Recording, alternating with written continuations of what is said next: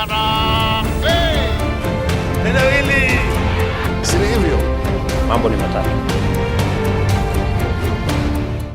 Ladies and gentlemen, I have always opined on this platform on many occasions that in politics nothing happens out of mere coincidence, and that everything in politics is normally well planned, well scripted, and executed to achieve a specific political objective. Nothing in politics just happen for the sake of it. President William Samoei Arap Ruto was in Migori County. Yesterday, the president was in Homa Bay County. One man, governor for Siaya, James Orengo, boycotted the two events.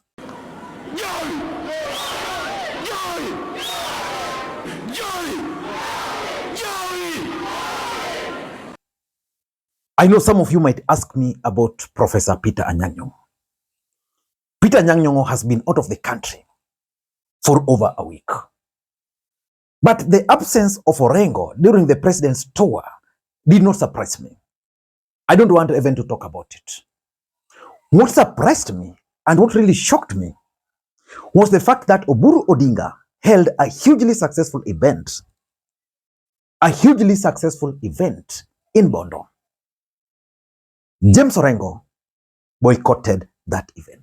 Personally, I am a very truthful man. And I'm pained. I came from Siaya. When my own governor stands up and says that, and he's annoyed. I don't know annoyed with who. He's annoyed. And he says that he just wants to talk the truth. The truth.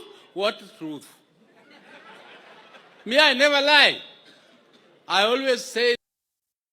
Why do you think James Orengo boycotted Oburu Odinga's event in Bondo?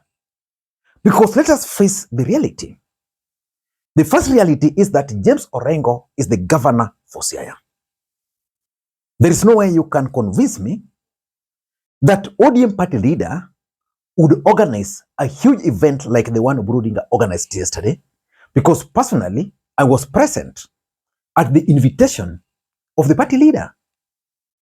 You can't convince me that Orengo just missed that event. Orengo is the governor for Siaya. Boycotted it. Why? That's exactly what I want us to analyze in this video.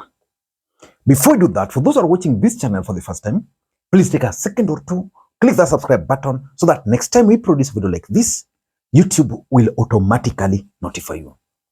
And to the subscribers, I want to continue thanking you guys for your continued support. Because without that support, this channel cannot be where it is. Ladies and gentlemen, these are the reasons why Orengo boycotted that event. Because there is no any other explanation. Number one, James Orengo does not recognize Oburu Odinga as the party leader. From the moment Oburu Odinga was appointed or was nominated as the party leader, Orengo became very angry. And that's the fact. Now, as we speak, I dare say, Ruto needs ODM. It's not ODM that needs Ruto. Sijui mnanisikia? There are people in the party. They are behaving as if ODM is the one that needs Ruto. Is Ruto that needs ODM?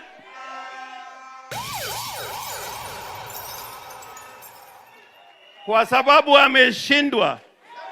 I'm not afraid to say. I'm not afraid to say. I have nothing to fear but fear. That's why he has never supported Oburu as the party leader the way you would have expected him to support him. When ODM party held that anniversary, the 20th anniversary in Mombasa, you remember the address which Orengo gave.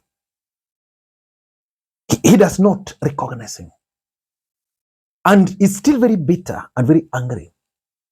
Because when Raila Odinga was going for that AU seat, Raila Odinga decided to appoint acting party leader. Initially, James Orengo was projected to be appointed as the acting party leader. That did not happen. At the end of the day, Professor Peter Anyang' Nyong'o was appointed to act in the absence of Raila Odinga. Then, when John Mbadi and the other experts joined the government, certain positions within the party fell vacant. Again, Orengo was projected to be appointed to replace John Mbadi as the ODM national chairperson. Again, he was overlooked. So in Orengo's mind, he believes that there are forces within ODM party who are out to block him from the management of the party. The truth is, as we speak, Orengo is not part and parcel of the ODM Central Management Committee. And that's something which he's not very happy about. So that's number one. Number two, Orengo also boycotted this event because it was kind of a broad-based government project, which was generally created to advance William Ruto's political agenda. The event was a Widows Empowerment Project or program, a very good initiative by none other than PS for Interior, Dr. Raymond Omolo. Very good program. Orengo didn't want to go there because he's opposed to broad-based government. Then you go there, then you find that there's a very good initiative by the people in that broad-based government. It was going to be an awkward moment for Orengo. And he also feared that if he had attended that event, the mood, sometimes the mood can dictate what you say. I was physically present there. And I watched Ruth Odinga struggling to speak and stating very clearly that he did not come to play politics, that she came for the empowerment.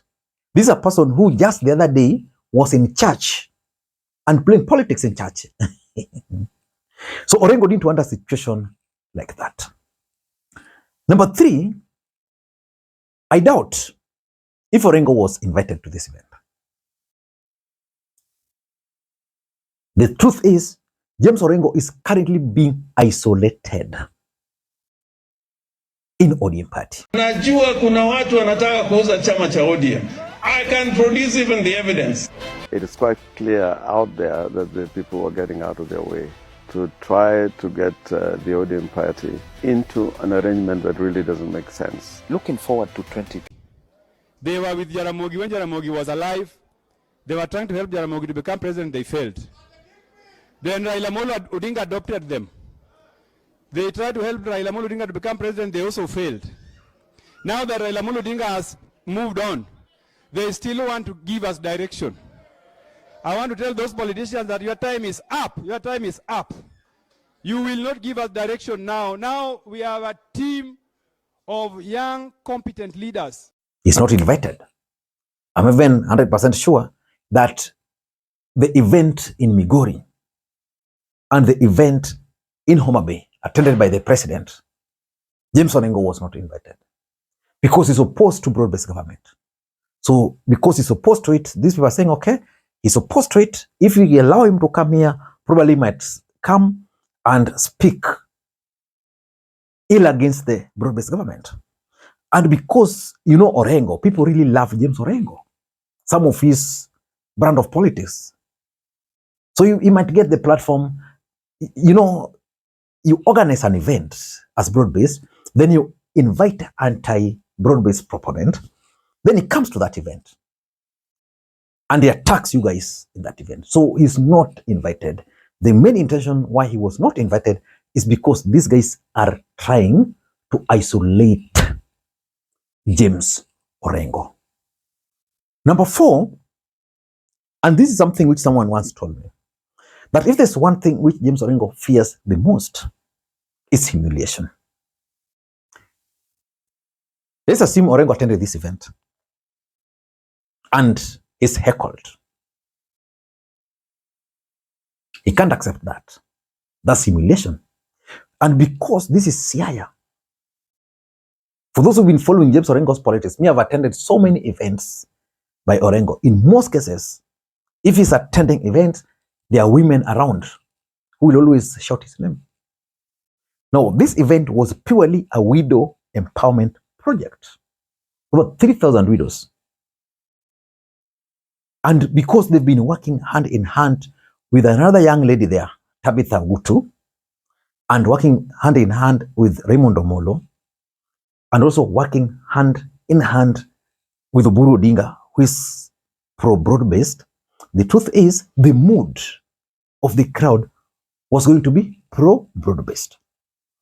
Which means if Orengo had attended, and probably, let's say, he started speaking against the broad-based government, he was going to be heckled. The headlines in the news would have screamed, James Orengo humiliated, James Orengo heckled, James Orengo booed in Siaya.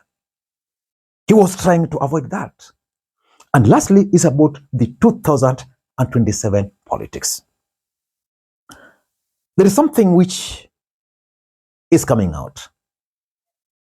The 2027 politics, especially in ODM party. Apart from James Orengo, I also observed something. The Raila family were not present here. The event was in Bondo, just stone throw away from Mama Ida's home. These were women. I would have expected Mama Ida to be present. She was not there. I would have expected Raila Jr. to be there because I saw him in Migori, not present. Even Winnie Odinga was not present. You can't convince me that all these guys were never invited to this event. Then if you've been following James Orengo and his brand of politics, he's leaning towards that faction of Winnie Odinga. So I think they've decided that for them, 2027, they're going to take a different trajectory. And that is why he boycotted this event. I don't know what you think. That's my take. Until next time, this is Lee McQueen. Bye-bye.